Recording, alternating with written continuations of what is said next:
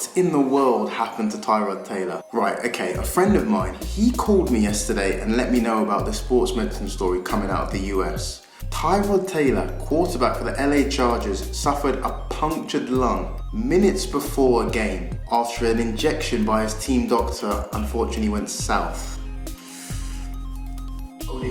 In this video, I'm going to explain to you what I suspect happened, what happens next for Tyrod, and my views on it from the doctor's point of view, having been in a very similar situation to that team doctor. Let's go!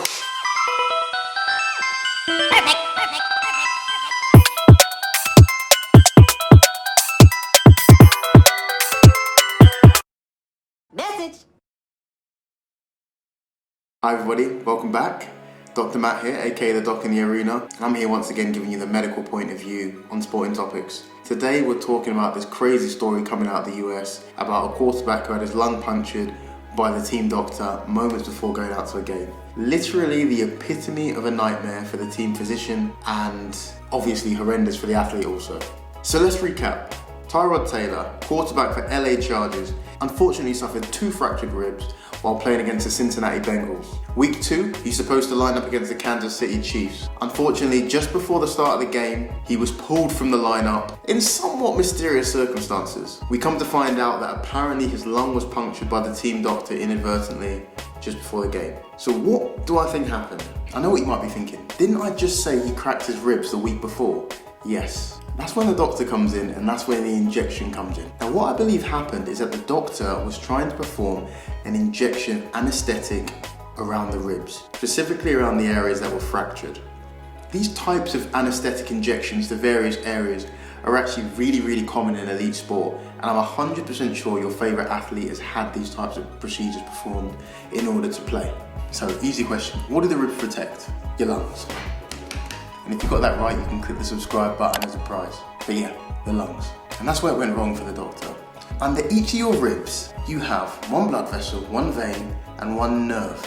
And that is the key structure that the doctor was trying to target. The doctor was essentially trying to target the nerves that supply your ribs. Now, if you know anyone who's had a rib fracture, they will tell you that it's one of the most painful fractures you can have, purely because it hurts when you breathe.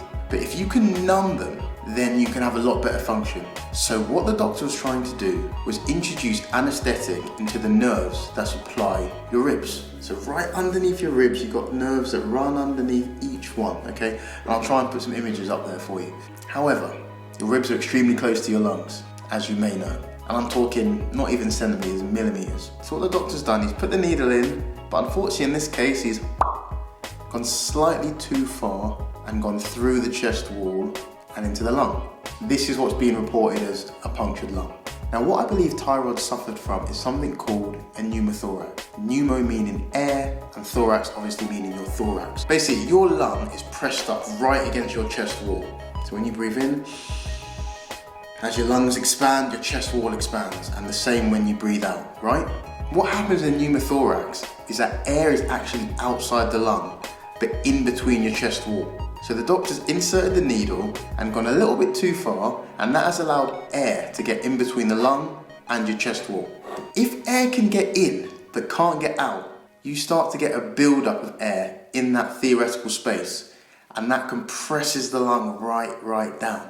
And that's what causes breathing difficulties. Now I've seen pneumothorax be absolutely horrendous. They are potentially life-threatening medical conditions, but not often. So what it sounds like is that, unfortunately, Tyrod Taylor suffered a pneumothorax, was showing signs of respiratory compromise, so difficulty breathing, so was sent to hospital and obviously not allowed to play. And this is disastrous for the team, for the athlete, and for the doctor.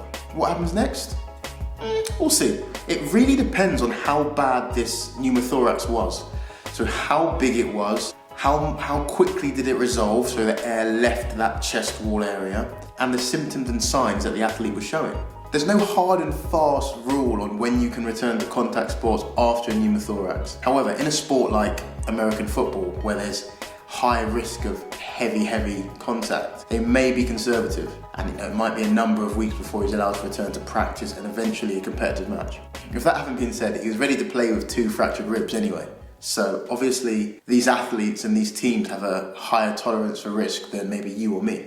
One thing I'm pretty certain of is that Tyrod's going to make a full recovery and there won't be any long-term side effects for his career. From a doctor's point of view, a lot of people have asked me my opinion, and to be honest, I feel for the doctor. I wouldn't necessarily say it was a medical mistake or medical error. I would more say that he performed a procedure that has known complications, including this pneumothorax, and unfortunately, in this case, it happened. What makes it worse, obviously, is that it happened in these circumstances, very high profile, just before a game, which makes everything way worse.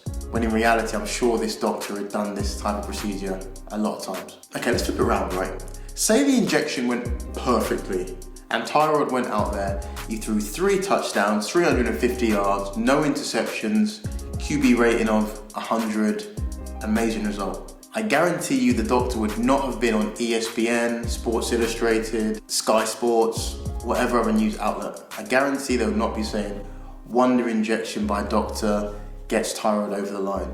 I've performed loads of anaesthetic injections in the past, not necessarily to the ribs, but for different injuries, and they work really well. And with no complications whatsoever, and be completely safe. So in certain contexts, it's the right thing to do, and sometimes you can do the right thing and it goes wrong. There are bigger questions. I will say, should he be playing with 2 fractured ribs? That's a whole different discussion in and of itself, and that's down to the player, the doctor, the team, just communicating what the risks are and the rewards, and going from there. Sports medicine, what you gonna do? So that's it, Tyrod Taylor. Pneumothorax, unable to play, catastrophic for the team and potentially catastrophic for the athlete as well. I hope that was educational, I hope you enjoyed it. Please give me feedback on the video, but also you can see I've got a new setup here, which is why I've been off the radar for a little bit. Still trying to sort some things out, so let me know what you reckon of the sound, if you think it's a bit too echoey or other things I can do. Every bit of feedback's really appreciated. Other than that, thank you very much for watching. Subscribe, like, comment, share, big 3, big 4, whatever you want to call it. And I'll see you very soon. I'm nearly back.